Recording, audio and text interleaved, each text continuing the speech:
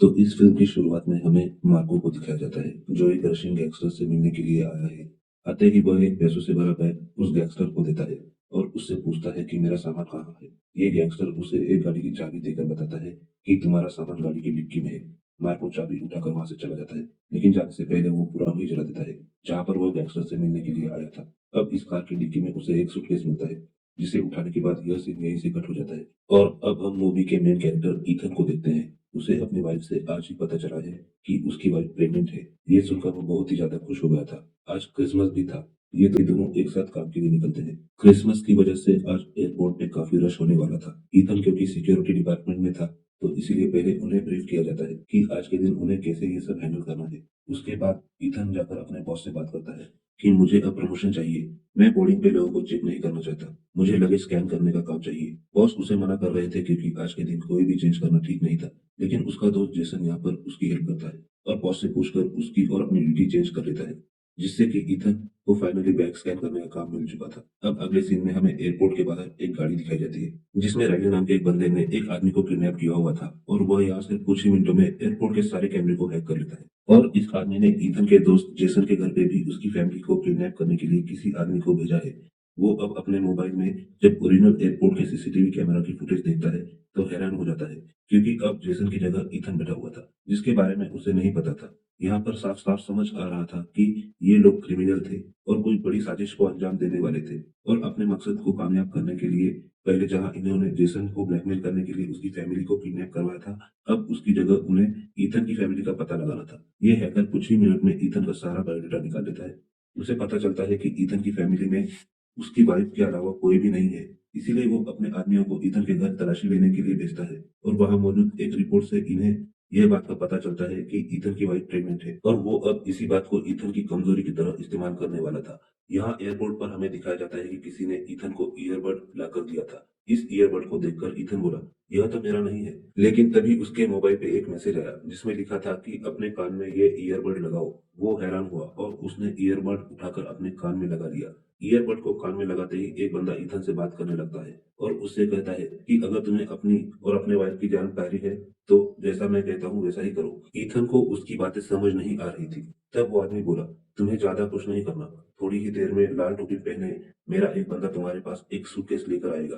तुम्हें बस उसे स्कैन करने के बाद चुपचाप आगे कर देना है, बिना कुछ बोले। अगर तुम ऐसा कर लेते हो, तो समझो तुम्हारी और तुम्हारी वाइफ की जान बच गई।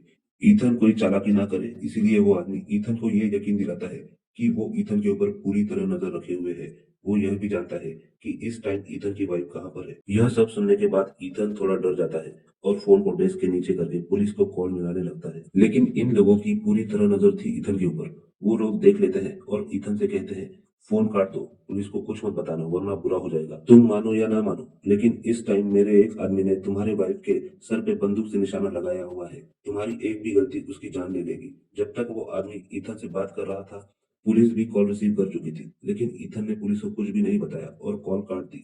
यह करने के बाद वह आदमी समझ गया कि ईथन उसके इशारों पर चलने वाला है। वो ईथन से उसका मोबाइल लॉकर में लॉक करवा देता है। ईथन उस आदमी से सवाल करता है, क्या तुम एक टेररिस्ट हो? उस आदमी ने जवाब दिया, नहीं, मैं टेररिस्ट नहीं हूँ। मुझे किसी ने यह काम करने को बोला है। ईथन ने बहुत सोच समझकर उससे सवाल किया, आखिर उस सूटकेस में क्या है? तो जवाब में वह आदमी बोला, तुम्हें जानने की कोई जरूरत नहीं है और अगर तुम्हें पता भी चल जाए तो तुम अपना मुंह बंद ही रखना। अगर सूटकेस प्लेन तक नहीं पहुंचा या उसे किसी ने खोल लिया, तो समझो तुम और तुम्हारी वाइफ मारे गए। ईथन उससे कहता है कि मैं तो अब यहाँ बैठा हूँ, अगर यहाँ पे जेसन होता तो तुम लोग फिर क्या करते? जेसन भी तुम्हारी तरह ये काम करने को तैयार होता, क्योंकि जेसन की फैमिली को भी हमने किडनैप करके रखा हुआ है। मतलब ये लोग पूरी प्लानिंग के साथ आए थे। ईथन अब एक दूसरी बार होशियारी दिखाने की कोशिश करता है और अपने पास मौजूद स्मार्ट वॉच में मैसेज लिखता है।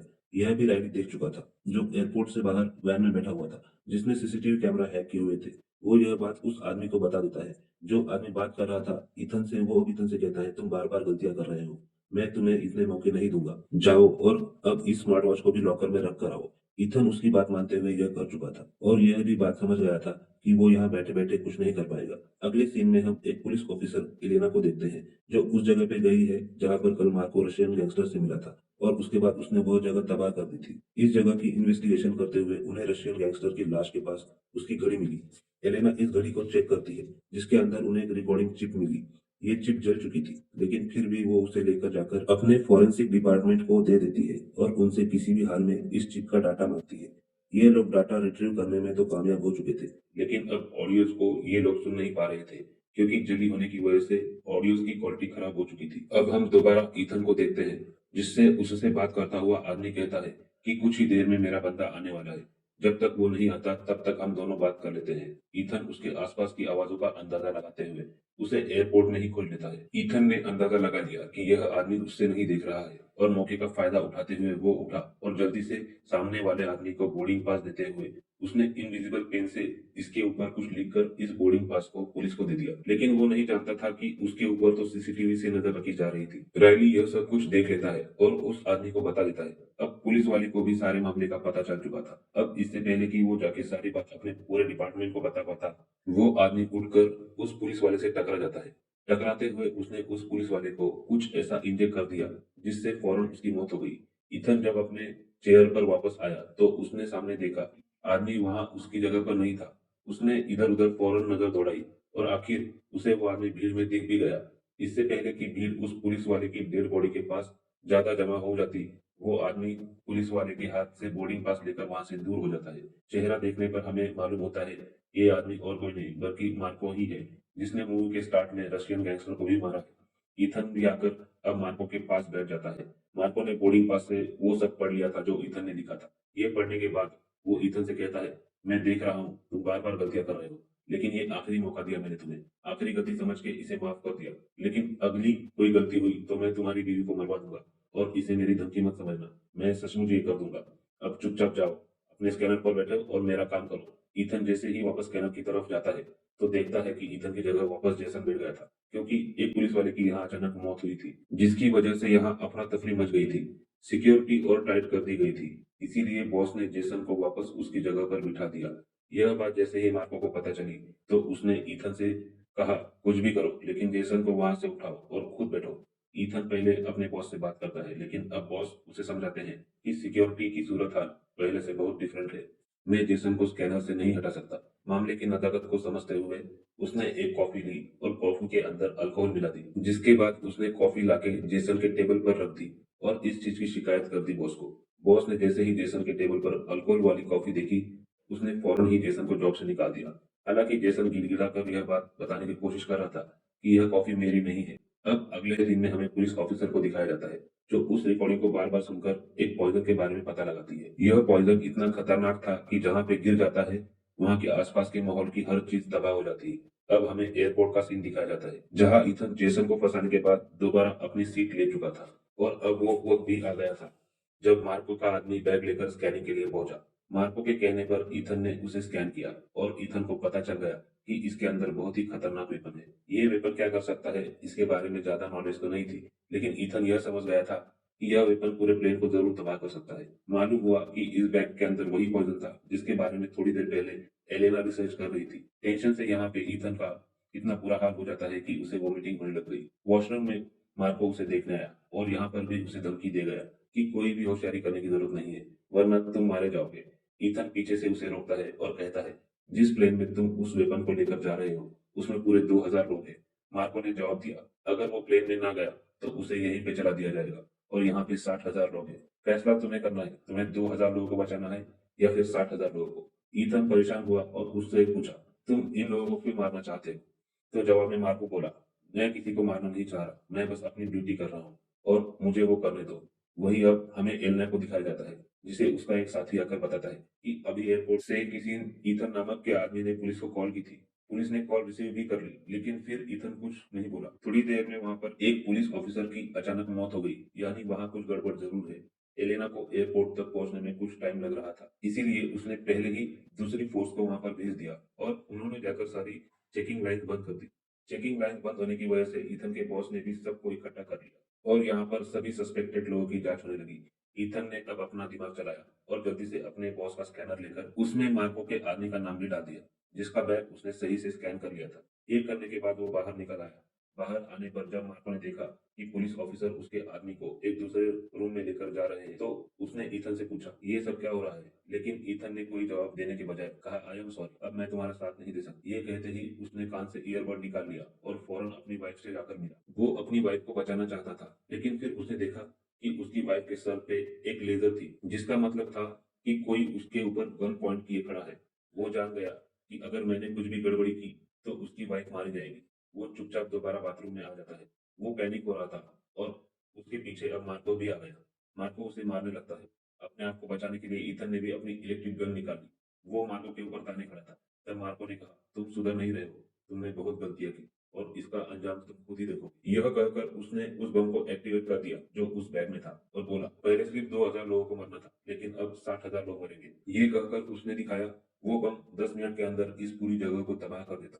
मार्को ने उसे कहा कि अगर तुम सब लोगों को बचाना चाहते हो तो जल्दी से उस सूटकेस के पास जाओ। वहां जाकर मैं तुम्हें बता दूंगा कि इस बम को कैसे डीएक्टिवेट किया जाए। ईथन भागते हुए अब सिक्योरिटी रूम में आया, जहां पर उस आदमी का बैग चेक हो रहा था। ईथन ने अपने बॉस के ऊपर गन तानी।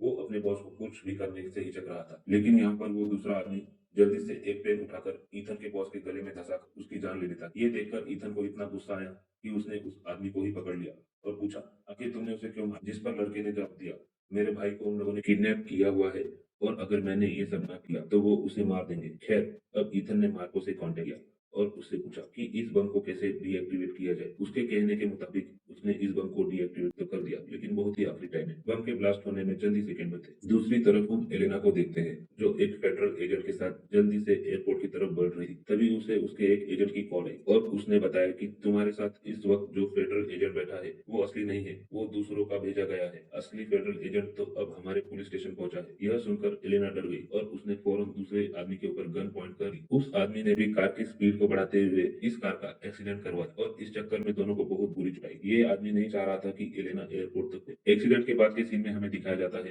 कि उस आदमी ने अभी भी एलेना का गला पकड़ा हुआ था। एलेना अपना गला उसके हाथों से छुड़वाती है और फिर अपने गन से उसे शूट करते हुए वहां से बाहर निकल आती है। यहाँ ईथन मार्को के कहने पर उसके सूटकेस को प्लेन के कारों के पास लेकर जा रहा था। यहाँ हम देखते हैं कि मार्को ने अब उस आदमी से कांटेक्ट किया जो उस बैग को कार्गो तक ईथन के साथ लेकर जा रहा था। मार्को ने इस आदमी से कहा कि अब तुम्हें एक आखिरी काम करना है और वो आखिरी काम था ईथन को मारने।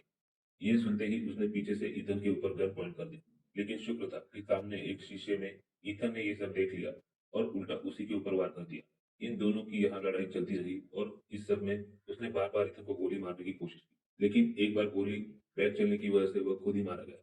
मौके का फायदा उठाते हुए ईथन ने फौरन उसका मोबाइल लिया और अपनी वाइफ को कॉल करने की कोशिश की, लेकिन उसकी वाइफ बिजी होने की वजह से फोन नहीं उठाती।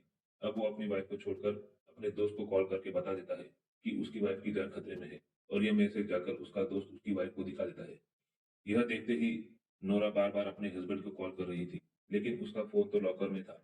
ठीक उसी वक्त पे हम देखते हैं कि एलेना भी एयरपोर्ट पर पहुंच चुकी थी। उसने पूरे एयरपोर्ट को आते ही सीज कर दिया, जबकि यहाँ कार्गो के पास अब मार्को आ चुका था और आते ही वो ईथन को शूट करता है। लेकिन शूट होने के बावजूद ईथन भाग रहा था क्योंकि गोली सिर्फ उसकी टांग को छू कर निकल गई थी। यहाँ पर मार्को ने ईथन से कहा, मैं तुम्हें छोड़ दूंगा, बस तुम मुझे मेरा सूटकेस दे दो। ये देखकर ईथन नीचे आया और उसने सूटकेस बड़े ही आराम से मार्को के हवाले कर दिया। अब हम देखते हैं कि एलेना भी ईथन का पता पूछते पूछते कार्गो तक पहुंच गई थी। एलेना जब ईथन के पास पहुंची तो ईथन उसे धक्का देकर बाहर की तरफ भागने लगा। उसने जाते हुए यह भी बता दिया कि मेरी वाइफ की जान खतरे में है, मैं उसे बचाने जा रहा हूँ। अब हम देखते हैं कि नोरा भागते हुए पार्किंग एरिया तक आ गई थी और अब उसे मारने के लिए यहाँ राइली भी आ चुका था, क्योंकि उसने सभी के मोबाइल हैक किए हुए थे और उसे पता चल गया था कि ईथन ने नोरा को सब सच बता दिया है। इससे पहले कि वो नोरा को मार देता, पीछे से ईथन आ जाता।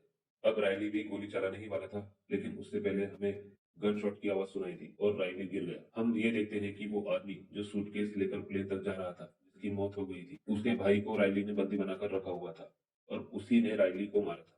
ईथन उस आदमी को देखकर ही समझ गया कि ये जरूर उसी लड़के का भाई है जिसे ब्लैकमेल करके मार्को अपना काम करवा रहा था। और अब ईथन ने उसे सब सच बता दिया कि तुम्हें बचाने के चक्कर में तुम्हारे भाई ने अपनी जान दे दी है। यह सुनकर वह बहुत ज्यादा दुखी हो गया। अभी खतरा टला नहीं था। ईथन को अभी भी जाकर मार्को को किसी तरह रोकना था कि वो प्लेन में ना बैठे, लेकिन अब काफी देर हो चुकी थी क्योंकि मार्को प्लेन में बैठ चुका था। यहाँ हमें पता चला कि ईथन ने एक अच्छा काम भी किया था। मार्को के सूटकेस के ऊपर एक नया स्कैनिंग स्टिकर लगा दिया था ताकि उस नंबर को जैसे ही वो ट्रैक करे तो उसे पता चल जाए कि मार्को इस टाइम कहाँ पर है। जब उस सूटकेस को स्कैन किया गया तब ईथन को पता चल गया कि मार्को प्लेन में पहुंच चुका है और वो जल्दी से अपनी वाइफ से कहता है, जाओ एयरलाइन डिपार्टमेंट के अंदर और उस प्लेन को टेक ऑफ होने से मत रोकना। मैं जल्दी से जाकर मार्को को रोक लूंगा। अगर प्लेन टेक ऑफ ना हुआ तो जरूर मार्को उस बम को वहीं ब्लास्ट करवा देगा। मैं उसे डिफ्यूज कर सकता हूँ, यह बात मैं जानता हूँ। नोरा यह बात जाकर फौरन एलेना को बताती है, जो कि उस प्लेन को टेक ऑफ होने से रोक रही थी। उस प्लेन को टेक ऑफ होने दो, अगर वो प्लेन टेक ऑफ ना हुआ तो मार्को उस बम को एक्टिवेट कर देगा। ईथन गया है इस प्लेन में, उसे बम को डीएक्टिवेट करना आता है, वो सब संभाल लेगा। आगे हम देखते हैं कि ईथन भी टाइमली प्लेन के कार्गो में पहुंच गया था। प्लेन भी टेक ऑफ कर चुका था और अब ईथन सूटकेस को खोलकर उस बम को डिफ्यूज करने की कोशिश कर रहा था। जैसे ही उसने वह सूटकेस खोला, मार्को को इस चीज की खबर हो गई और वह जान गया कि जरूर प्लेन के अंदर ईथन ही आया है। अपने मिशन को बचाने के लिए मार्को भी आ जाता है कार्गो के अंदर। यहाँ आते ही मार्को ने अब ईथन को रोकने के लिए उसके ऊपर गोली चलाई। गोली ईथन के पैर पे लगी और उसके बाद मार्को अपने बैग को लेने के लिए आगे बढ़ा। बैग इस टाइम फ्रीजर में था। उसने जैसे ही बैग को खोला तो देखा बॉम्ब के अंदर वो जरूरी केमिकल ही नहीं था। केमिकल इस टाइम ईथन के हाथ में था। गोली चलाने की आवाज से यहाँ पायलट को भी पता चल गया कि प्लेन के अंदर कुछ ऐसे लोग हैं जिनके पास हथियार है। इसीलिए उसने दोबारा प्लेन को एयरपोर्ट की तरफ ही मोड़ दिया और यहाँ ईथन ने एक चालाकी की। खड़े होकर जल्दी से उसने मार्को को फ्रीजर के अंदर धक्का दे दिया और केमिकल को भी फ्रीजर के अंदर फेंक कर उसने फ्रीजर बंद कर दिया। केमिकल वहां पर फट गया और उस केमिकल की वजह से मार्को वहीं पर मारा गया और ऐसे ईथन का मिशन सक्सेसफुल हो गया। उसने पूरे 2000 लोगों की जान बचा ली। प्लेन के वापस लैंड करते ही बहुत सी पुलिस इस प्लेन के पास आ चुकी थी, साथ ही एलेना भी। पुलिस ने ईथन को भी पकड़ लिया था, लेकिन एलेना जो सब सच जानती थी कि ईथन ने ही यहाँ सबको बचाया है, वो ईथन को छोड़ने को कह देती है और ईथन जाके सबसे पहले अपनी वाइफ से मिलता है। मूवी के लास्ट में हमें पता चलता है कि मार्को एक रशियन ऑफिसर को मारने के लिए यह सारा काम कर रहा था, लेकिन अब सबकी जान बच गई थी। इसीलिए सब सुकून से क्रिसमस मनाते हैं और मूवी यहीं पे खत्म हो जाती है।